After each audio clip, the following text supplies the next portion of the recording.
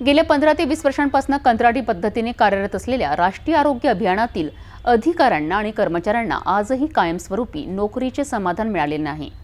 शासनाने दिलेल्या आश्वासनांची पूर्तता होत नसल्याने अखेर या कर्मचाऱ्यांचा संताप उसळला आणि त्यांनी यवतमाळ जिल्हाधिकारी कार्यालयावर धडक मोर्चा काढला। आपल्या हक्कांसाठी आणि कायम सेवेच्या मागणीकरिता काढलेल्या या मोर्चात शेकडो कर्मचारी सहभागी झाले होते।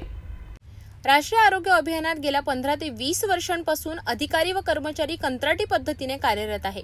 कोरोना काळात जीव धोक्यात घालून काम केलेल्या या कर्मचाऱ्यांनी अनेक वेळा शासनाकडे सेवेत काम करण्याची मागणी केली।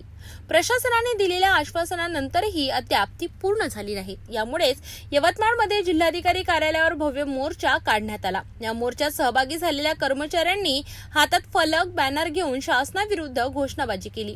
आम्ही 10 वर्षांहून अधिक काळ सेवा दिली आहे, शासनाने दिलेले आश्वासन पाळा आणि आम्हाला कायम करा, अशा घोषणा देत शासनाचे लक्ष वेधले। मोर्चात सहभागी झालेल्या महिला कर्मचारी, आरोग्य सेवक, सहाय्यक अधिकारी यांनी शासनाने घेतलेल्या निर्णयाविरोधात आक्रोश व्यक्त केला। शासनाने तातडीने सकारात्मक निर्णय घेऊन आम्हाला कायम सेवेत समाविष्ट करावे अशी मागणी या कर्मचाऱ्यांकडून जिल्हाधिकारी मार्फत राज्य सरकारकडे करण्यात आली।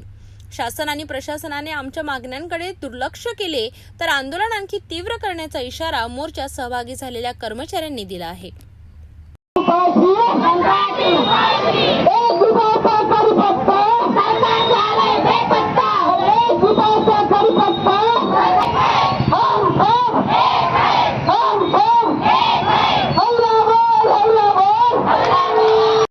राष्ट्रीय आरोग्य अभियानातील कर्मचारी गेली अनेक वर्ष कंत्राटी स्वरूपात काम करीत असून त्यांच्या स्थैर्याचा प्रश्न अद्याप कायम आहे।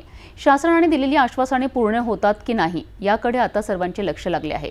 अन्यथा या कर्मचाऱ्यांचा संघर्ष आणखी पेट घेण्याची शक्यता नाकारता येत नाही।